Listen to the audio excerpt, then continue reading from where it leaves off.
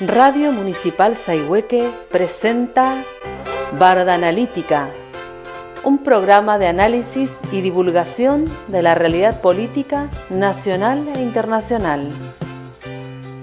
Barda Analítica, con la conducción de Enrique Dallavila y Gustavo Baeza, los politólogos de la Sayhueque. Barda Analítica se transmite por Radio Municipal Sayhueque en la 88.7 del dial. Estés donde estés, buenas tardes, buenas noches, buenos días.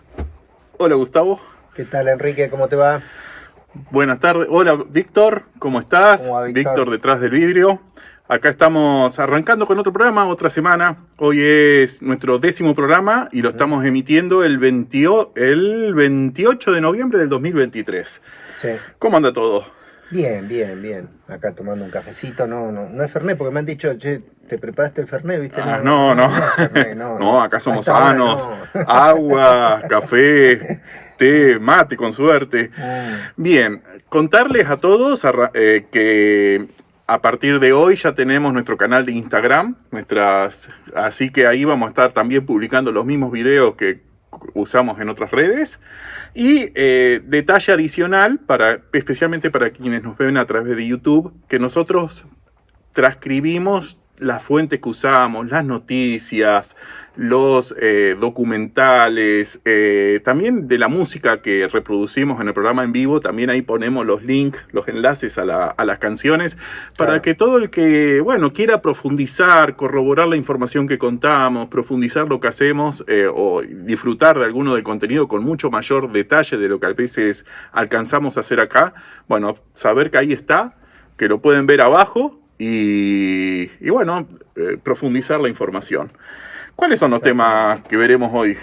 Bueno, hoy tenemos dos temas centrales. Uno es la transición del gobierno argentino, ¿no? La transición del gobierno, entre un gobierno que se está retirando el 10 de diciembre y otro que llega, ¿no? El del Frente de Todos, que culmina el 10 de diciembre, y el de la Libertad Avanza, que arranca el 10 de diciembre, el domingo.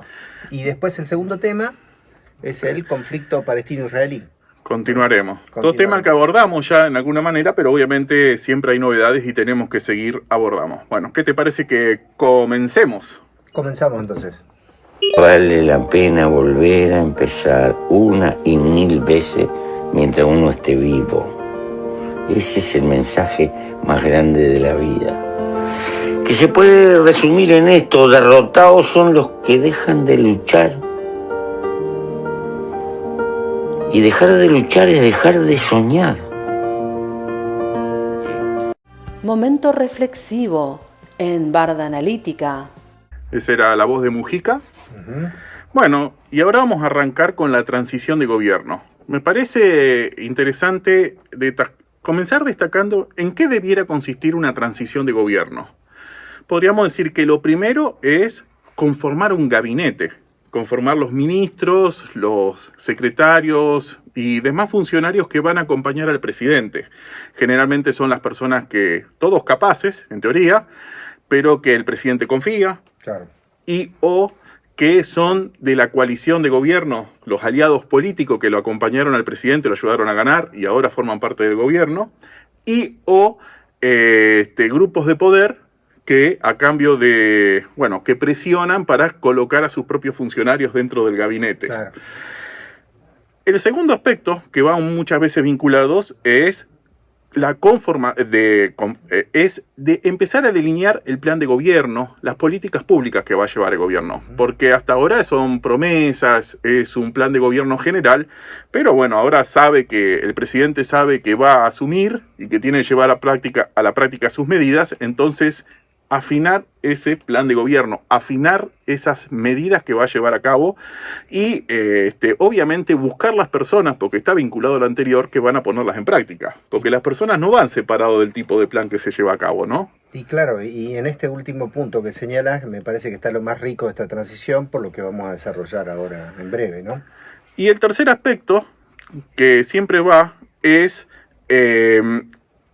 empezar a gestionar, empezar a poner en práctica todo lo anterior, empezar a vincularse con lo que se tiene que vincular y relacionado con eso, reunirse con el gobierno saliente y empezar a hacer el pase de mando, que te transmita la información, empezar a saber el estado, la letra chica, los números, el estado en que se encuentra. Claro, las cosas que están a término, ¿no? O sea, exactamente, a mitad de camino. porque eso va a definir cómo el gobierno, no es bueno que arranque el 10 de diciembre diciendo ¿y ahora dónde estamos parados? Claro. Es bueno saberlo con anterioridad. Y un opcional, que no siempre se hace o no se hace, no es necesario porque generalmente el presidente electo no tiene tiempo, porque tiene todo lo anterior que llevar a cabo, es brindar entrevistas a los medios, hacer declaraciones públicas, en parte porque no tiene tiempo, en parte porque antes de asumir puede resultar contraproducente anticipar tus medidas. ¿Por qué? Porque los actores sociales, los actores económicos, los grupos de interés pueden anticiparse esa medida y empezar a tomar, a hacer cosas que al final hace que esas medidas no tengan el efecto deseado una vez que asuma. Por eso es un opcional. Y bueno, teniendo en cuenta, no sé si estás de acuerdo un poco con eso, Sí. Teniendo en cuenta eso, ¿cómo vemos la transición hasta ahora?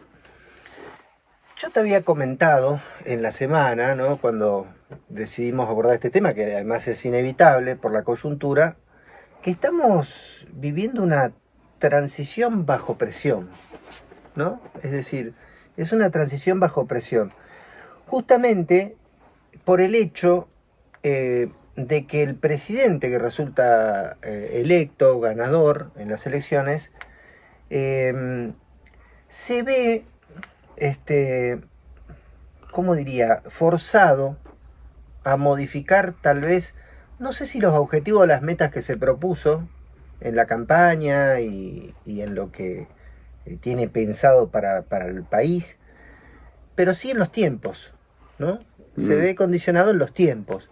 ¿Y de dónde proviene esta condición? ¿De dónde proviene este condicionamiento? Bueno, justamente es un condicionamiento que no proviene justamente del mecanismo de una alianza de gobierno, ¿sí? De una fuerza combinada, porque llegó con un partido solo, pero sí del apoyo que obtiene de Cambiemos o de un sector de Cambiemos, y si queremos ser más específicos en eso, de Mauricio Macri y de Patricia Bullrich, en el tramo final entre las generales y el balotaje, ¿no? y la elección de doble vuelta.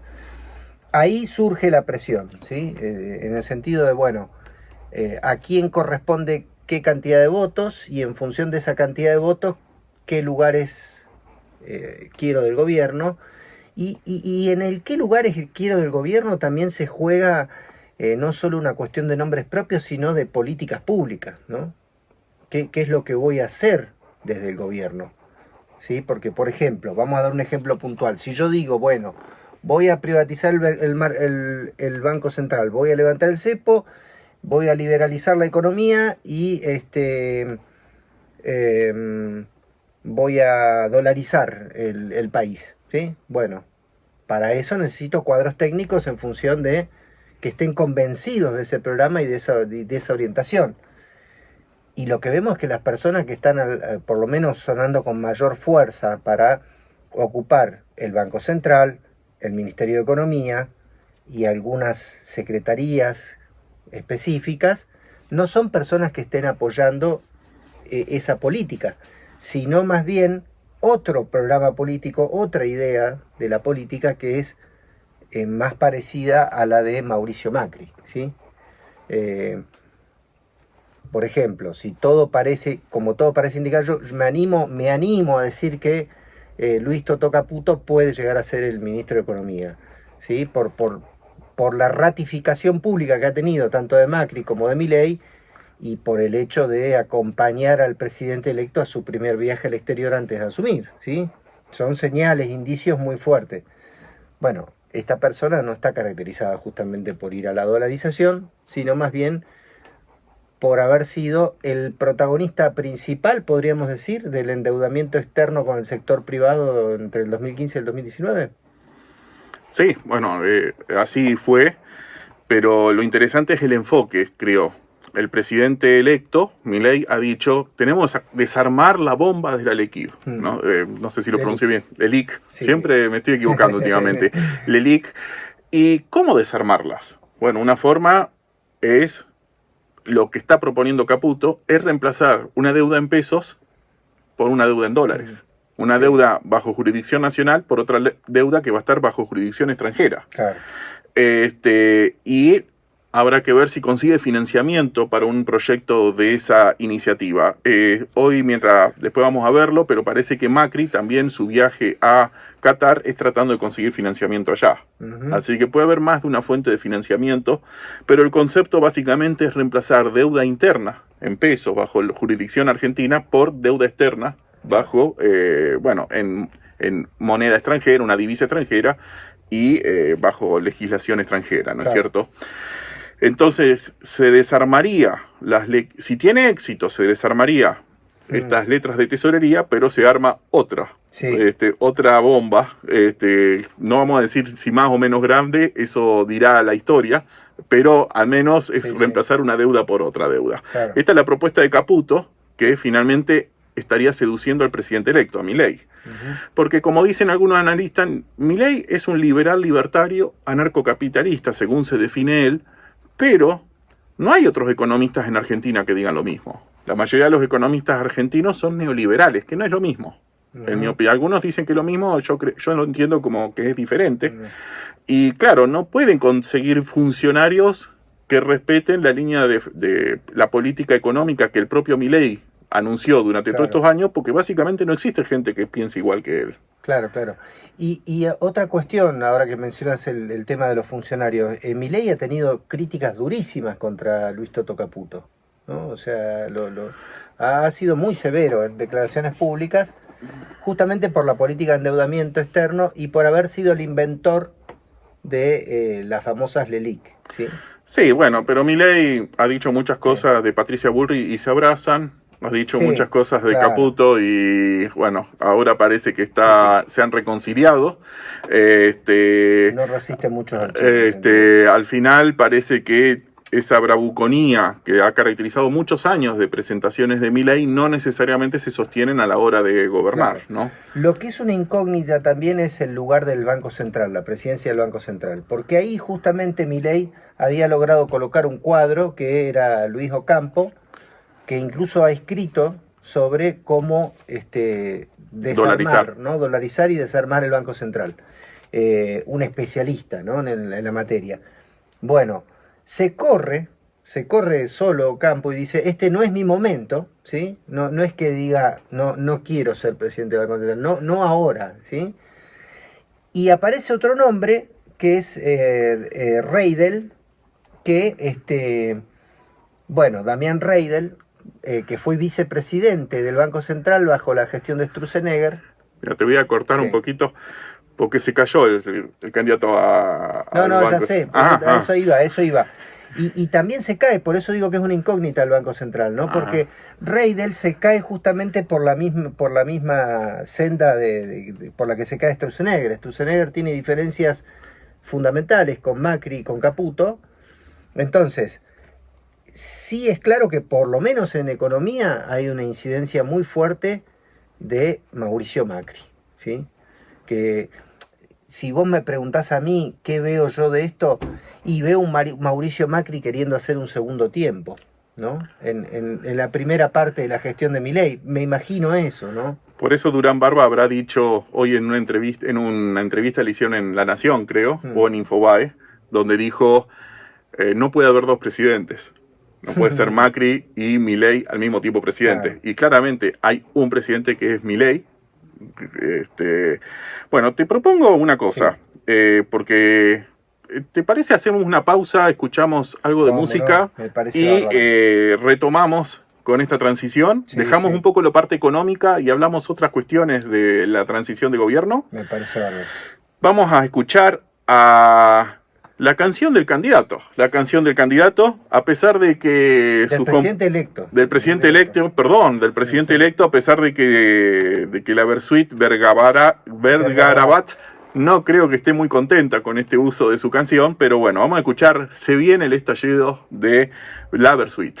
De la corrupción y de la honestidad, habría que tomarlo con pinzas. Yo siempre cuento la anécdota. Cuando alguien va a la mesa de uno y entra a hablar de honestidad, y entra a hablar de moral y de ética, cuando se va hay que contar los cubiertos. Esta es la verdad.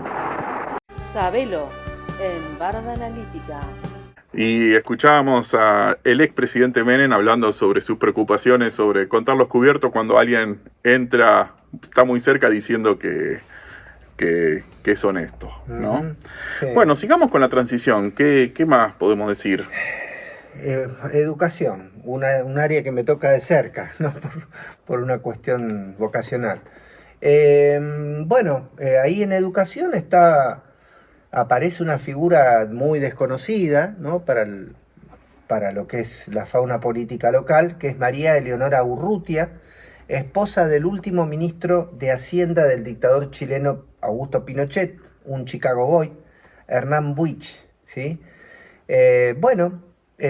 Tanto ella como su marido estuvieron investigados en el lavado de dinero por el conflicto de los Panama Papers, ¿sí? En el año 2016. Así que bueno, es una pareja, parece que bastante con un buen pasar, porque dividen sus vidas, según cuenta un medio periodístico, que después vamos a citar, entre Argentina y Suiza, ¿sí? Así que bueno, ¿qué más podemos decir de esta persona? Que por lo menos, a ver, aclaramos esto, María Eleonora Urrutia está en el equipo de transición de educación, no quiere decir que vaya a ser ministra, ¿sí? Claro, no está confirmado. No está confirmado. Hay muy pocas confirmaciones, de hecho. Y algunas de las confirmaciones después se cayeron, así que tampoco podemos dar fe. La página oficial, el Twitter del presidente electo, que se dice oficina del presidente electo, dicen que los oficiales los vamos a conocer el 10 de diciembre. El 10 de diciembre, perfecto. Bueno, es una persona que participa de la transición, ¿sí? Es decir, es la enviada del presidente electo a la transición, me imagino que con el ministro, que ahora no me sale, el ministro saliente, no me sale el nombre. ¿Qué pasa? ¿Qué más podemos decir? Férrea defensora del ultraliberalismo, antifeminista, y bueno, básicamente esas son las referencias, ¿no? Bien, en defensa y seguridad, Sí.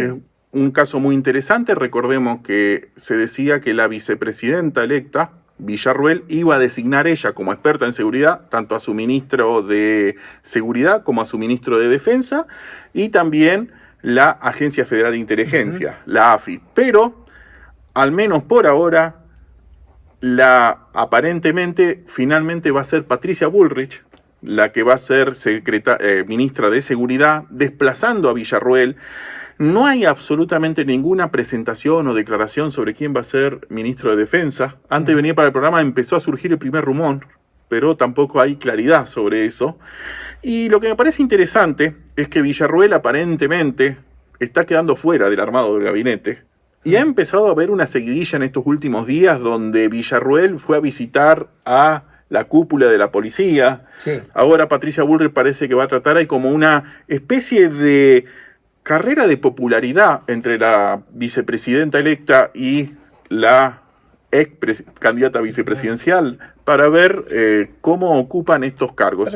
Para mí es muy llamativo eso. Quiero decir algo, porque recién mencionábamos, cuando hablábamos de lo que es economía, no estamos hablando de cualquier área del gobierno, estamos hablando de la administración pública del Estado, ¿sí? Entonces, que a la fuerza que se alió o te ayudó a ganar las elecciones entre las PASO y las generales y el balotaje, le entregues economía y luego seguridad, seguridad y defensa, o todo junto, o defensa y seguridad. Van a ser dos ministerios en principio separados. Bueno, digo que por lo menos en seguridad esté sonando también otro ministerio importante, central, ¿no? El monopolio de la fuerza pública que tiene el Estado, el monopolio de la violencia física legítima en términos beberianos, como nos enseñaron en la facultad. No son lugares menores. ¿Y qué genera esto? Bueno, genera resquemor hacia el interior de La Libertad Avanza, ¿no? Porque no es que estás premiando con, bueno, mira, te doy educación, te doy no quiero desmerecer ningún área, ¿eh? Digo, pero economía es la botonera, ¿no? O sea, vos podés tener educación y tenés un proyecto maravilloso. Ahora, si el ministro de Economía no te dice sí, señor, y te firma, el proyecto no sale. Y también hay que decir, así como están estos espacios que aparentemente son entregados al macrismo y queda fuera La Libertad Avanza, Sí. podemos decir lo mismo de Schiaretti, que estaría consiguiendo que su funcionario, ¿no? Claro, producción, industria, inversión, infraestructura, que no sabemos qué va a pasar con las obras públicas, parece que se las entrega a este otro aliado que apareció, al cordobés, a Schiaretti, claro, que perdiendo está ganando. Es muy interesante. Y voy a hacer una breve nota. Acá está el tema Cancillería, me lo voy a saltear. Y por falta de tiempo, lamentablemente, sí, falta de tiempo. Sí, y lo que sí comentar es que el presidente, también estamos observando una lucha por quién va a controlar la Cámara de Diputados. A ver, eso te iba a decir, sí. El presidente que ya anunció, el presidente electo ya anunció que va a haber un paquete de leyes, que las envía el 11 de diciembre. El hecho de que hablara de un paquete de leyes significa que las leyes ya están escritas, solo que no son públicas, las conoceremos a partir del 11 de diciembre. Pero hay una cuestión, ¿cómo va a funcionar la Cámara de Diputados? Por tradición, el presidente de la Cámara de Diputados corresponde al partido gobernante. Claro. Así que La Libertad Avanza, que aunque está tercero en cantidad de diputados, le correspondería, se respetaría que sea una persona que ese espacio político designe, sea la presidenta o presidente de la Cámara de Diputados. Además, tiene que designar también el presidente de su propio bloque. Ahora, esto es tradición, no está escrito en ningún lado que tenga que ser así. De hecho, creo que Fernández tuvo un problema de esta naturaleza cuando le quisieron imponer un presidente de la Cámara, claro, porque opositor, ¿no? Esta tradición que se ha respetado durante estos 40 años podría romperse, que simplemente la mayoría de la Cámara de Diputados vota a otro. Claro. Porque en realidad es por votación de la mayoría. Lo que pasa es que la mayoría vota lo que propone el partido gobernante. Claro. El partido gobernante, en este caso, está tercero. Yo creo que se va a seguir respetando esa tradición. Depende quién sea el nombre, Enrique. Porque ahí hay un problema central, que acá entran a jugar los nombres propios, ¿no? Una persona que se bajó de su candidatura a la presidencia porque él no quería ser candidato a gobernador de la provincia de Buenos Aires, dio unos giros, después estuvo aliado con Fernández, luego apareció... A ver, estamos hablando de Florencio Randazzo, ¿sí? Que después de haber rechazado ser candidato a presidente por el kirchnerismo, fue candidato a cualquier otra cosa, ¿sí? Incluso a vicepresidente de Schiaretti. Y ahora aparece como la persona en la cual estaría pensando Javier Milei para ocupar el cargo de presidente. Y esto en el peronismo genera señales de alarma, ¿no? Sí, pero siempre se ha respetado esta tradición justamente porque se ha dado gobierno, tanto peronistas como de Juntos por el Cambio y radicales, distintos momentos de la historia argentina y de Alianza, que si no abrimos una caja de Pandora a que el gobernante de turno no tenga la presidencia de la Cámara. Y se ha respetado esa tradición justamente por conveniencia de todos los partidos políticos que han gobernado nuestro país. Por versiones periodísticas se está discutiendo otra cosa hoy, porque también hoy, como nunca en otras veces, está en discusión, no sé si debiera o no, pero está en discusión la cuestión de la continuidad, la línea de continuidad, ¿sí?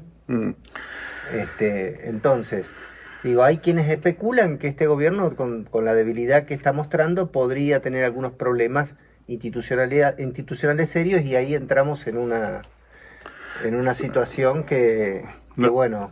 Lo vamos a dejar ahí. Como diría, es para seguirlo pensando. Lo vamos a seguir. Creo que tampoco hay que hay partir del supuesto de que un presidente que todavía no asumió va a tener un mandato corto. No sé si eso es real. Digamos, habrá que ver. Yo no digo mandato corto, pero un mandato complejo. Complejo, indudablemente, con muchas debilidades. No por una cuestión de duración, no me gustaría especular con eso, sí, pero pero sí... Te propongo sí, que hablemos específicamente de eso en el próximo programa. cómo no. Porque creo que también nos sirve la experiencia de Lugo en Paraguay, la presidenta el presidente que tuvo Perú, que también fueron Castillo. con minoritarios, ambos presidentes minoritarios en sus respectivos países, Sí. y fue un problema para ellos. Bien, nos vamos a ir con algo que parece expresar el sentimiento de... nos vamos a ir a la tanda publicitaria con algo que parece no? expresar el sentimiento de, así como recién hablábamos de los ganadores, de los que perdieron, pero en una versión muy bonita, extraordinaria, de la banda de música de la Policía de Entre Ríos. Me refiero a Resistiré del dúo dinámico, pero bueno, esta versión de la Policía de Entre Ríos. Barda Analítica, divulgando la realidad política internacional y nacional. Barda Analítica, con la conducción de Enrique de la Vila y Gustavo Baeza, los politólogos de la Sayhueque. Barda Analítica, todos los martes de 18 a 19 horas por Radio Sayhueque. Y acá estamos de regreso otra vez. Vamos a arrancar nuestro segundo bloque de política internacional. Habíamos dicho que íbamos a hablar de la situación en Israel, en la Franja de Gaza. Y una breve síntesis, nosotros esto ya lo hemos abordado y lo que yo observo al menos es que en este tiempo las cosas que abordamos en su momento más o menos se han ido confirmando. Las novedades hasta ahora es que después de ya 1 o 2 meses de guerra, ya empiezo a olvidarme del tiempo, básicamente Israel logró partir a Gaza por la mitad y la mitad norte la está ocupando, está haciendo un proceso de limpieza, metro cuadrado, por llamarlo de alguna manera, y lo cual está generando obviamente desplazamientos de la población, muchos civiles muertos. Recordemos que toda la región está bloqueada, así que hay hambruna, hay escasez de agua, hay faltas de medicinas. El primer desplazamiento fue del norte hacia el sur, ¿no? Porque la primera Correcto. operación fue en el norte de la Franja de Gaza. Sigue siendo en el norte. Sigue siendo en el norte. Sigue siendo en el norte. Franja de Gaza. El norte está ocupado por Israel, el sur no. Por ahora. Por ahora, porque la novedad de esta semana, y por eso decidimos retomar el programa, es que hay un pequeño receso, una pausa, para realizar un intercambio de rehenes por prisioneros y avanzar en, que lleguen provisiones. Claro. Que lleguen provisiones. Quizás antes de eso decir que está recibiendo Israel muchas denuncias por violaciones de derechos humanos y por delitos de guerra. Sí. Recordemos, esto no quita que Hamas es una organización extremadamente violenta, pero que una organización sea violenta no legitima que la otra viole el derecho internacional, el derecho humanitario y leyes básicas incluso para el propio país. Ahora bien, centrándonos en este impasse, hay varias cosas a mencionar. La primera es que Qatar tuvo un rol muy importante en esta mediación, en lograr esta pausa, y que el intercambio de prisioneros es una relación 3-1. 50 rehenes de Israel por 150 prisioneros de Hamas en los últimos años. Me parece muy interesante que en el caso de los 50 rehenes, de los cuales incluye algunos argentinos, nos estaría dejando todavía 190 rehenes que continuarían en poder de Hamas. Y en el caso de los 150 prisioneros que está liberando Israel, estamos hablando en la mayoría de los casos personas que fueron en su momento arrestadas, juzgadas, condenadas, y ahora están siendo liberadas, lo que implica que el gobierno de Israel le está dando un indulto. Esto no lo dicen las noticias, pero es una interpretación lógica. Si estas personas eran prisioneras, están siendo indultadas para poder recuperar la libertad y poder entregarlas a Hamas. Y esto nos lleva a una cuestión interesante. Por el lado de Israel, del lado de Hamas, muchos consideran que es una agrupación terrorista, hay otros que la llaman agrupación de resistencia, pero todos están de acuerdo, todos los analistas, que es una organización violenta que considera que la solución al problema de Palestina básicamente es destruir Israel. Aún así, lo que nos está demostrando esta negociación es que ellos están dispuestos a negociar. Están dispuestos a que la vía política dé paso a la vía militar o la vía violenta dé paso a la vía política. Lo cual me parece una señal interesante. No significa que se resuelva nada, pero me parece que una agrupación que esté dispuesta a negociar nos habla que existe una vía política a este conflicto.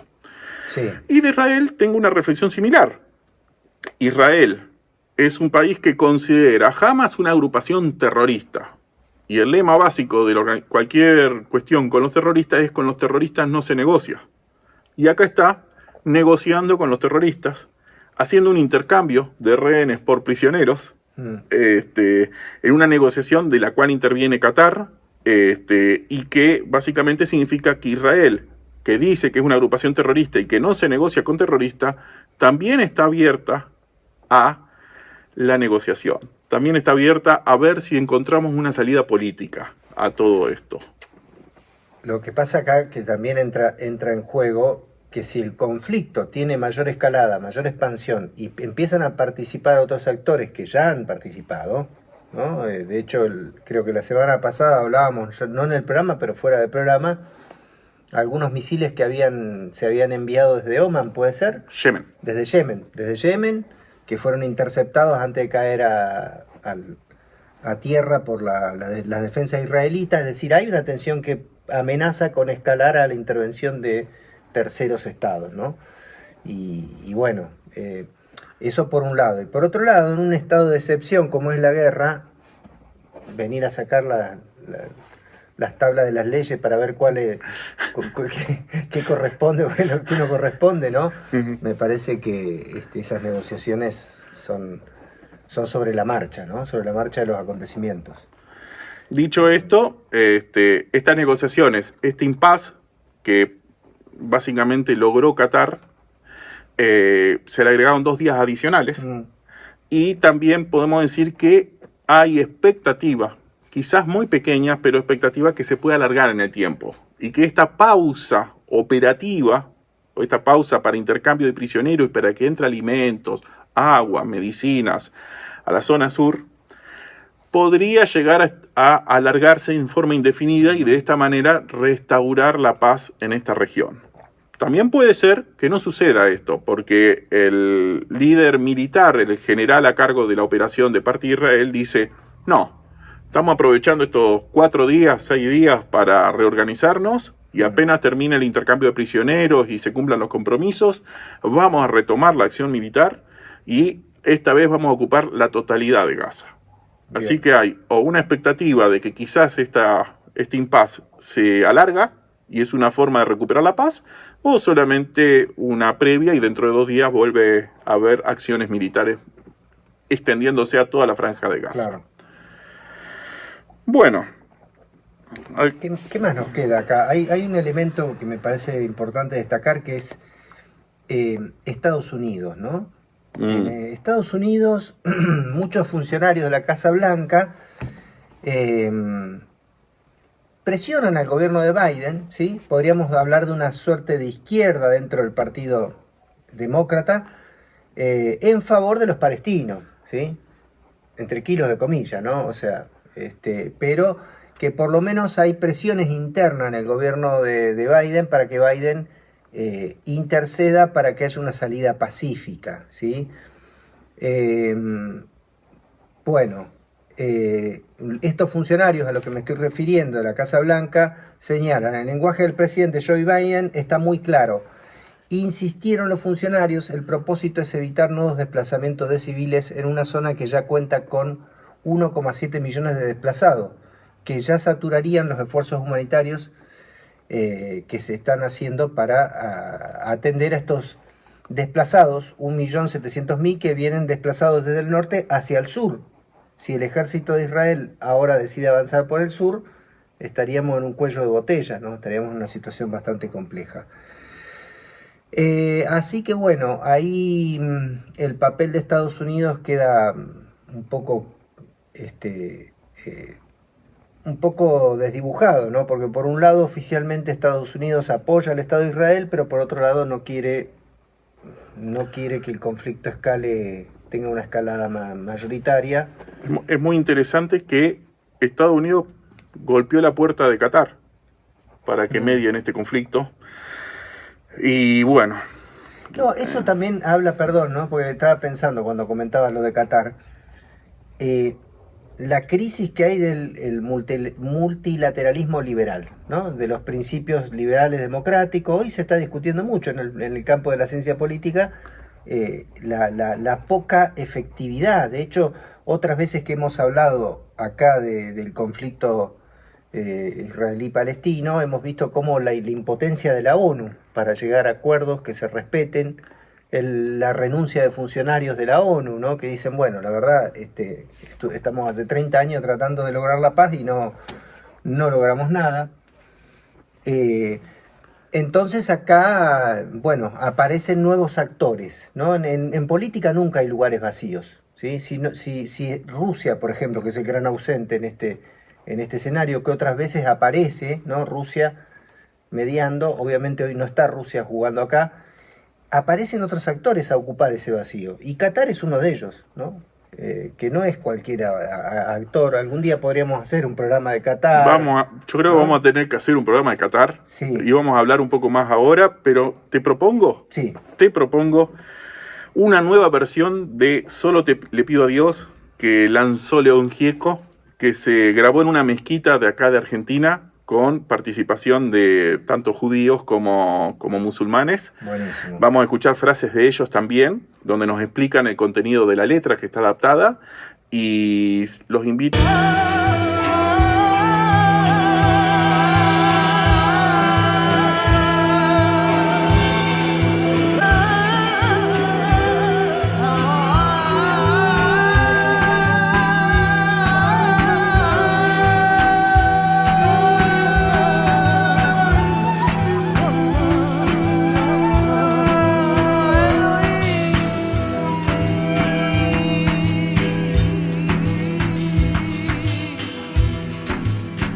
Veal Kulam Elohai Slichot, Slach Lanu Mejal Lanu Kaper Lanu. Y esto quiere decir, Dios nuestro, Dios del perdón, perdónanos por nuestros pecados, absuélvenos y concédenos el perdón. Y al final decimos, te pedimos perdón por todo lo que nos podemos equivocar y... por todo lo que no hacemos bien.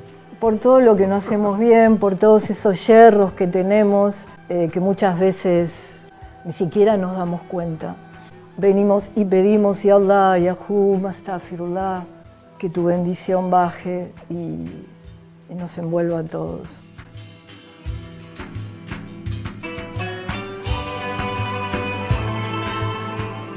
Momento reflexivo en Barda Analítica.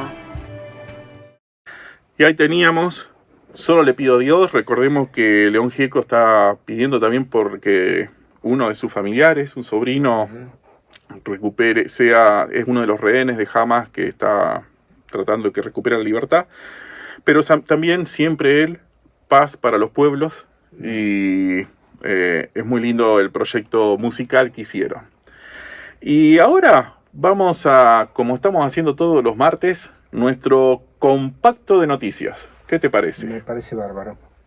Después de la cumbre entre Estados Unidos y China, donde ambos comienzan un acercamiento, parece que viene la oportunidad para retomar el acercamiento entre China, Japón y Corea del Sur. Los ministerios de Relaciones Exteriores de los tres países acordaron una cumbre para comenzar a ver qué cosas tienen en común y retomar el trabajo conjuntos. Parece que la época de enfriamiento que arrancó con la administración Trump empieza a dar paso a un periodo de reencuentro entre las naciones del sudeste asiático. El próximo domingo 3 de diciembre, el gobierno de la República Bolivariana de Venezuela llevará adelante una consulta popular a la población que tiene como fin reafirmar los derechos reclamados desde su independencia por Venezuela sobre los territorios de la cuenca del río del Esequibo. Esos territorios también se conocen como el territorio de la República Cooperativa de Guayana, antiguamente la Guyana Inglesa. Entre otras cosas, el gobierno